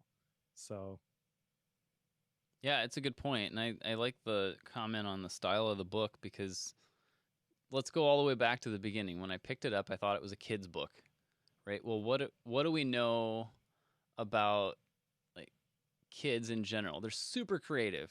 Like they haven't had all the norms and routines and stuff to fall into, so they will often regularly break routine and come up with creative, like, why are you trying to walk across a bed of acorns in bare feet? Like, what possessed you to try to do it? Like, obviously you've got splinters in your feet. You were walking across acorns in the parking lot. Like, like, I don't know how you came up with this. Anyway, kids and creativity are kind of a known connecting point. This having a slight throwback to kids' books probably isn't that far out of brand for this. So I love that. I love that they put that, those little touches are there, and I like that quite a bit. This book, obviously, like you said, it's easy to read. I feel like this book, like, and I'm realizing this because of this book, in that some books feel like they're written in a way that they're easy to discuss. Some books are written for me to process on my own time. And this one, I didn't realize this till you and I sat down and talked about it, because whenever I read this and I was processing it on my own, it's like, there's some cool things in here, but I really didn't think much about it. It doesn't really change the way I process these things, but obviously as we process this stuff out loud and with each other, like, oh yeah, this book is really, really well set up for discussion, and it's really good for that. So I suspect that this is one that, yeah, I would agree with you. It's one I would recommend to most people. I don't know if I would blanket recommend it, knowing that I've got some folks that think the idea management thing is for the birds. So okay, I still don't. I gotta catch this guy and have another conversation. But anyway, this is one that I feel like if you're gonna read this, it would be amazing to find somebody else to read it alongside, and then grab dinner or something and talk about it. Like, do a book club thing with it. Like, it would be super cool to do that. So this one I feel like is really well set up for that. You can get a lot out of it if you read it on your own, but I do think it would be helpful to process it with someone. Maybe that's just me showing my bias towards being able to do this with Mike every 2 weeks, but there's that. 4.0 is exactly where I feel it should be. So that's where I will put it as well. Because again, like, it's not, I don't feel like it's complete life changing, but I feel like it's important to know. Like, Yeah. It's not going to completely change the way you run meetings or idea generation processes with your coworkers. Like, it's not going to completely change that, but it will make you aware of how this process works that could then have a second order consequence later for how you react to someone else's idea and how you process that. So I don't think it's a direct correlation, but I think the second order on it would be super helpful. But again, one to one, it's not going to be a direct connection there. That's what I'm trying to say. There you go, 4.0. Cool. So let's put The Art of the Idea on the shelf. What's next, Joe Bulig? Yeah, so next we're going to jump into Daily Rituals, How Artists Work by Mason Curry. And I am starting this one tonight, so I haven't got a precursor on it, but I know that you have read this one before, and I know many people have told me that this is a really good one to start, and being in a spot where a lot of my rituals and such are about to change. I really wanted to know how people do this whole daily ritual concept as an artist, so I figured I'd drag everybody along for the ride. This will be a fun one. I am curious to see what this outline looks like. I am terrified to see how this outline's going to come together. I have already been trying to. I read the outline, like the table of contents for this one, and I have no idea how we're going to do this, but Yeah. I got to start processing how to do that one now, so that by the time we get there in 2 weeks, we'll be okay. Right. All right, so daily rituals, then what, Mike? What'd you pick? Well, you were talking about the different ways that our brains can be pushed beyond what we think we're capable of. And I have this book recommended to me by David Sparks sitting on my bookshelf. And I think this is a perfect follow up to this conversation, which is a follow up to the liminal thinking conversation. So I am picking The Extended Mind by Annie Murphy Paul. The subtitle is The Power of Thinking Outside the Brain. In the description, it talks a little bit about Daniel Goleman and emotional intelligence. So just to warn you, but I think there's a whole lot more to be unpacked here. So it's not going to be a specifically emotional intelligence conversation, but this is talking about helping us focus more intently, comprehending more deeply, creating more imaginatively, all the stuff that we've kind of been talking about, but how you can go beyond logic in fulfilling those different capabilities. This is just something I am fascinated about at the moment. And there's other books that speak to this topic. I have another one on my bookshelf called Brain Rules, I believe, which I've read in the past. But this whole neuroscience thing is just an itch that needs to be scratched for me at the moment. I feel like we've hit a groove of like, okay, this one got me thinking about this, which means I need to do this. And then that got me thinking about X, Y, and Z. So, yes, we're Which on that starting. topic, if you want to read more books, that's the way to do it, is to engage with the ones that are interesting to you. This one's longer. I'll let you know ahead of time. It is 352 pages. So it's going to take a while, but it is also an Amazon editor's pick for one of the best books of 2021 so far. So kind of Fascinating. highly acclaimed, Sure. if you will. All right. Start that one early. Cool, cool. Yep. All right. What's on the Gap book list, Mike? You got one this time? I certainly do not. Forget that. I do. Okay. I have this book. I'm not finished with it yet, but it is called Analog Church by J. Kim.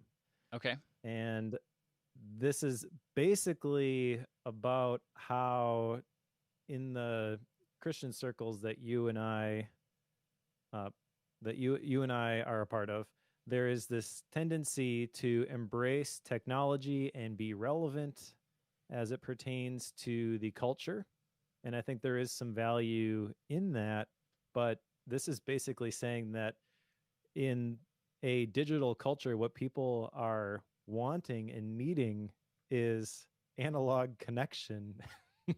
And so this guy has a kind of fascinating background where he's been a part of all these different styles of churches, big mega churches with multiple campuses, and kind of recognizing that all of these technology tools, like we've kind of lost the plot in some of the implementation of these.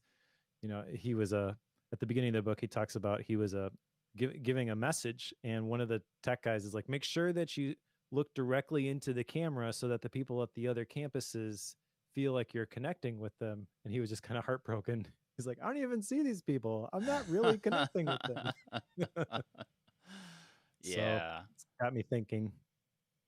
Yeah. I need to pick this one up based on what you just described because I spend a lot of time making sure our tech is all about bringing people together and not helping people be isolated. That's a core tenet that I have for the tech side of this church. So In that the fits. introduction, he references Sherry Turkle and Cal Newport. Okay, I'm sold. On it. Like I said, I do not have Gap books, but thanks everybody who joined us today. That's for sure. Yeah. Thank you to our Bookworm Club premium members as well, who are willing to support us financially, help us keep the lights on, pay for somebody else to edit these podcast episodes now, which is pretty great. If you want to join, you can go to bookworm.fm/membership and you get a couple of perks. You get some Gap book episodes that Joe did before he started remodeling a house, and you get the MindNode files from all the books that I read and I upload to the club. There's both the PDF versions and also the MindNode versions, so you can download them if you have MindNode yourself, and you can kind of make them your own. There's also a cool wallpaper which I designed a while back, and I didn't think that was that great, but people seem to like it. So, Yeah. bookworm.fm/membership. There you go. There you go. Awesome. Well, if you are wanting to read books, get more ideas, develop ideas, be amazing at ideas, you need to read books. And the best one you can pick up right now is Daily Rituals by Mason Curry. And then join us in 2 weeks and we will cover it together. Thanks, team.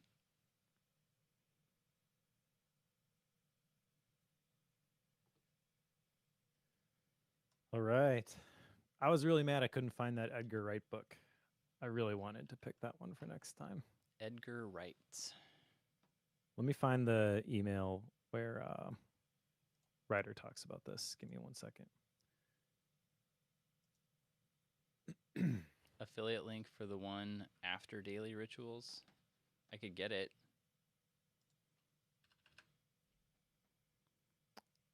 What's up? Blake's asking for an affiliate link for the Extended Mind.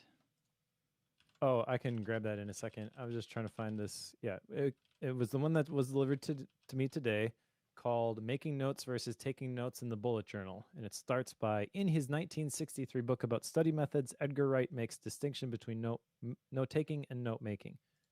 So I looked up Edgar Wright study methods 1963 and found, forget the name of it now. Give me a second. Study methods 1963 book. On Your Own, a guide to study method. And there is an Amazon link, but it is an unknown binding, import January 1st, 1962, currently unavailable. There is another version of this. There is another, which I found, which is 50 cents, but temporarily unavailable. Don't know when it's going to be back. And if you search for Edgar Wright, the author, you get Edgar Wright, the director, and you get all of these like crazy, crazy films. I don't know if that's the same person. I'm guessing it's not, but yeah. Do the minus thing, like minus director, minus film, minus movie on your search, and it would. Well, there's another author What's for it called this again? one, On Your Own by Edgar Wright.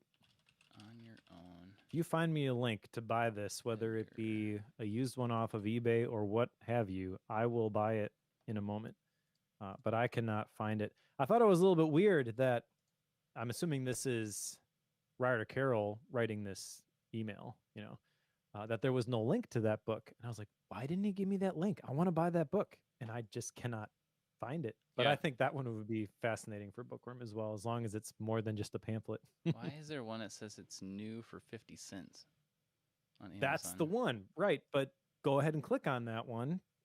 Add it's to cart. Available via Prime, but temporarily unavailable. Proceed right? to checkout. I don't know. I just added it to my cart.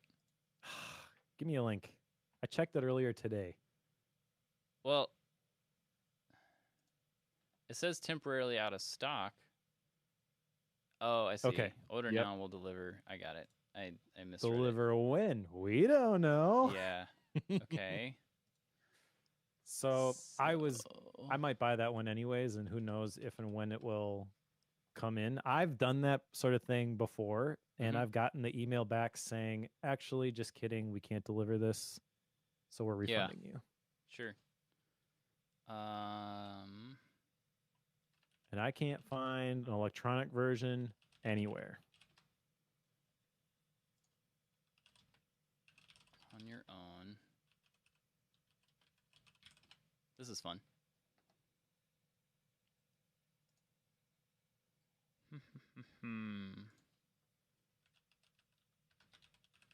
Where all of you looked? Just online. Well, yeah, but I can't find it in any other online bookstore either. There was one to an Abe Books that I've bought stuff from before, and I forget there were a couple other places. I did not click on the ones with the links that I did not recognize what language they were in. Sure. I don't know. I'll look. I'm not finding it right away. I did find like an Arabian website with a link, a preview to this from, wasn't EBSCOhost, but it was like one of those academic paper sites, where if you're a professor or a student, you can get access to it. Yeah. But I don't have access to that anymore. Maybe I should ask Chris Bailey if he can hook me up. What's the... Okay. If you search the ISBN. I did not. Did you grab the ISBN from the Amazon listing? I did. What'd you find? Some Australia stuff that doesn't make sense. You buy it from the Australian store? No. Yeah, probably not going to do that. That one's out of stock too.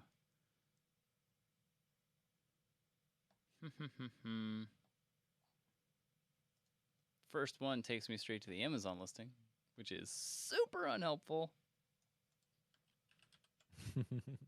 I don't think I'm going to get there. Yeah, that's okay.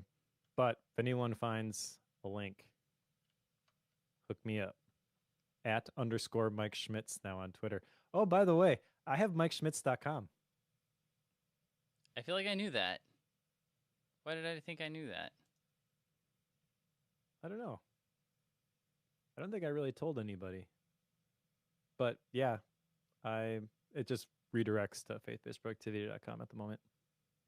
You're having a really hard time dealing with fear of failure. Do you have any book Talk about recommendations? Lizzie's question there. Yeah. You want to handle that? Fear of failure. Yeah, fear setting is that video is a really good one. I don't really like Tim Ferriss, but that is a good resource. I think man.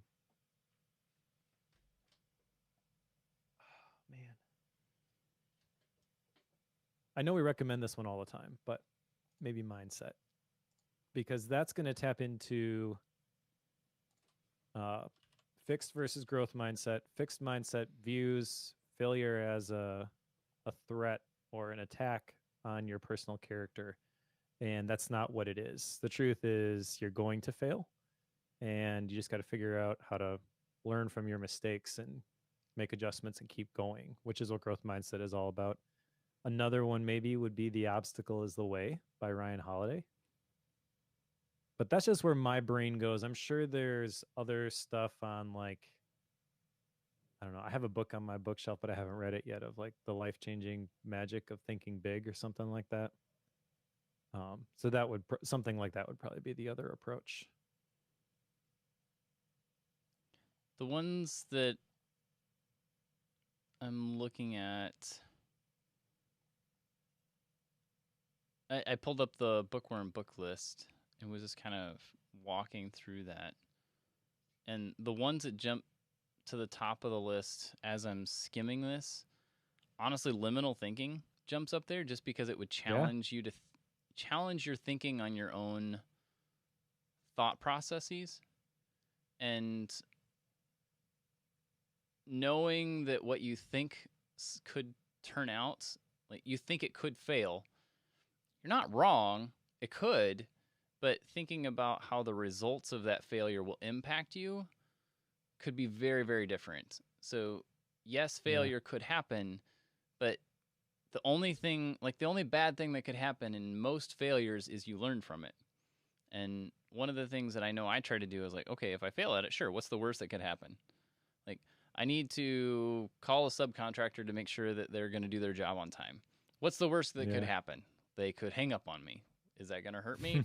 Nope. It's okay. Oh, that reminds me of another one. I hesitate to recommend this one because there is so much language in it. But Can't Hurt Me by David Goggins is his autobiography. And you want to talk about somebody who is like set up for failure. I mean, that's this guy. Sure. And it's impossible to read that book and not be inspired to do something yourself because you don't have it nearly as bad as he did. Sure.